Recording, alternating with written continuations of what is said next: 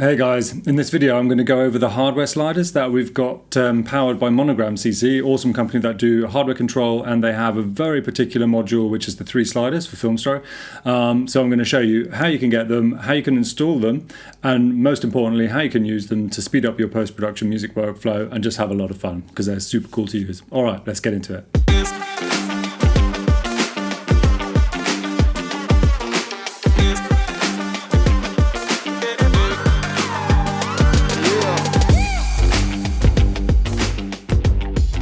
So if you're watching this, chances are you want to get your hands on the hardware sliders, so you've probably come to this page already. And here is where you can then obviously buy the sliders and the core module. Don't forget you need 2 things for this, the core module and the sliders for this to work.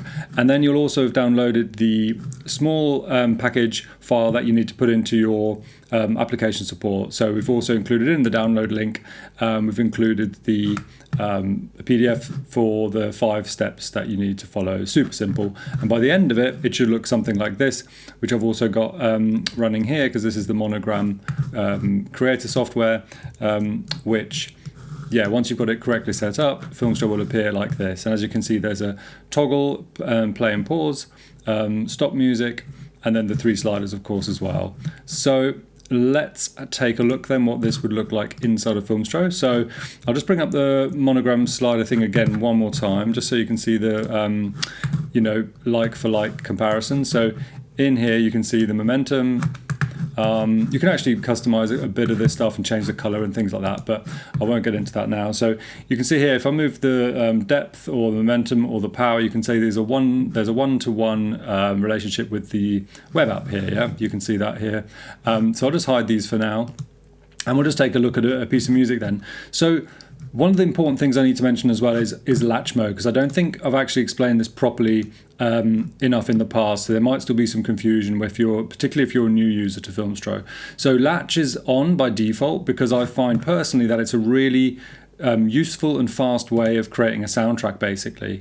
And so there's 2 ways that Latch Mode kind of works. So on the one hand, it would affect an entire track if you select an individual block like this. So if I select this, for example, and now move the power, and I'm using the hardware sliders to do this, but of course I could use the mouse as well, you can see that then the power is not only being affected in this selected block, but it's actually also then affecting the entire remainder of the timeline, basically the rest of the track. And that's the same for depth and the same for momentum.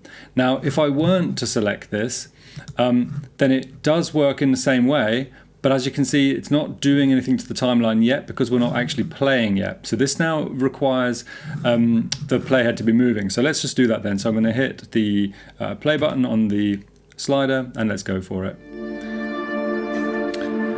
So now, if I were to move momentum, for example, you'll now see that momentum is moving and it's also in Latch Mode.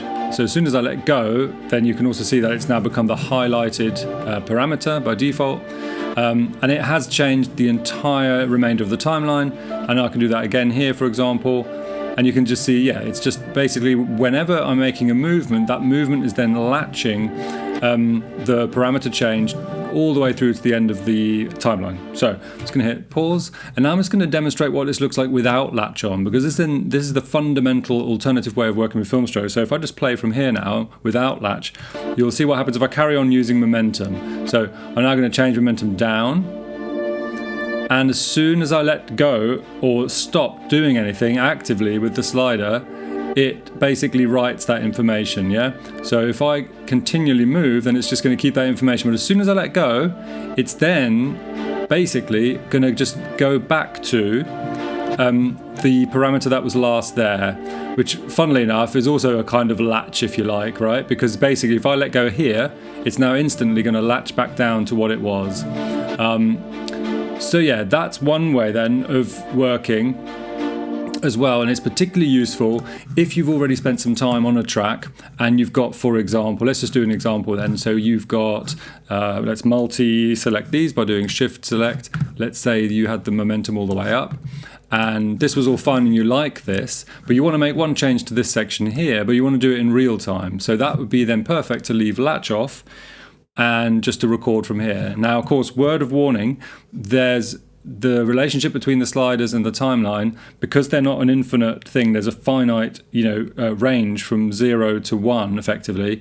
If you want to just pick up at any point with the live sliders rather than doing this with the mouse, you would need to make sure that your slider is the same value, there or thereabouts, as what you're seeing in front of you. So, for example, now I'm halfway along the momentum, which means that this is the same as what's in the timeline. So when I press play, there's not going to be some kind of sudden jump or input change. So here I go. I'm just going to do a bit of live recording from here just to make some small change to this bit.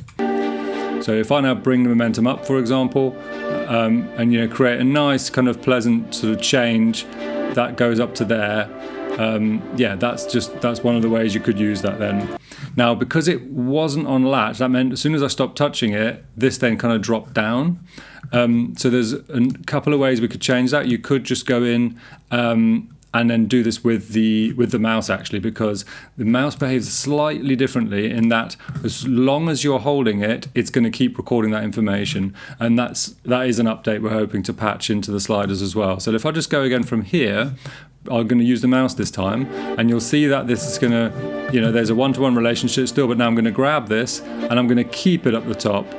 And what that means is it's just going to also just record that through.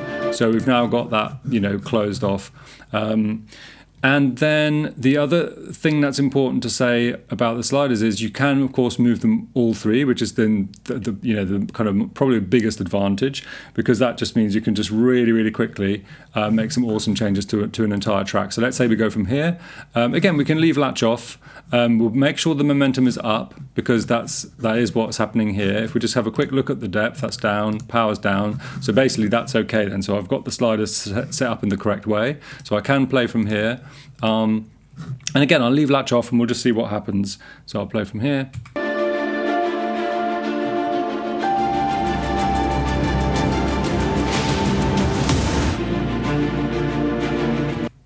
So I've basically done my own kind of my own transition, and then when I get to the top, because of the nature of the sliders not kind of staying set, I could then just change this myself manually.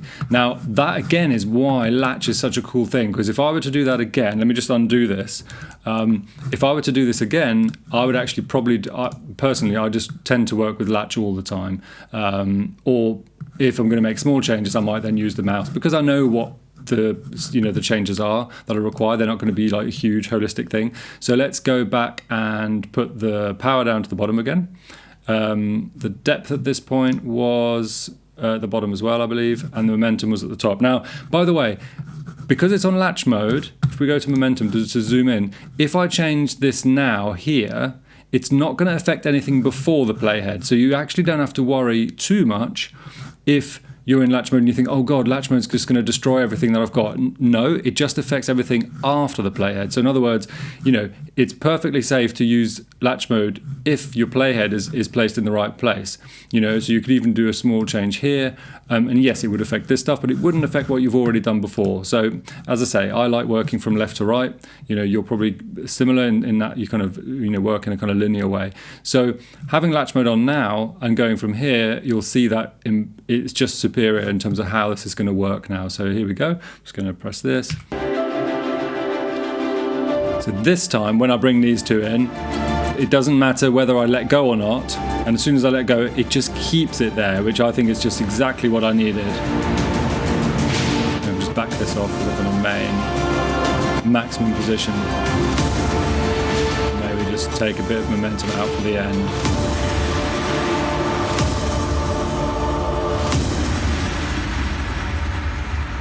Nice. So I hope that's helped explain a couple of things that may or may not have been super clear about the latch mode. And as I say, you've got to just be careful about when to have latch on versus not latch, and also whether something is selected or not. So basically, in general, if the playhead's moving, try and avoid using selections. But if the playhead isn't moving and you want to just do something in the timeline, you can select or even shift select for multi-selections, or you can actually even do command select if you want to do, you know, something to two different blocks that have got a space in between or whatever. And then anything you do up here, again, with or without latch will make a difference. We'll change those. So for example, we've got two things selected. Without latch on, I can just change those two blocks. However, with latch on, yes, whatever changes on the leftmost will then be pasted all the way through. Actually, no, beg your pardon. As you can see here, it's actually from this one. So latch affects anything after the last selection. So yeah, there is a logic to it.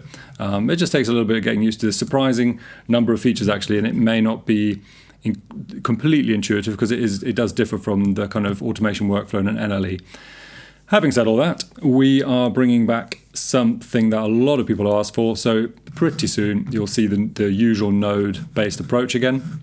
And as I say, we'll see if we can get a patch in for the sliders so that when you basically hold the slider, even when the latch mode is off, that it will basically keep remembering it so that you can do some kind of, you know, your own kind of automations and stuff in there. So yeah, that's it for now. All right, I hope that was useful. And until next time, happy editing.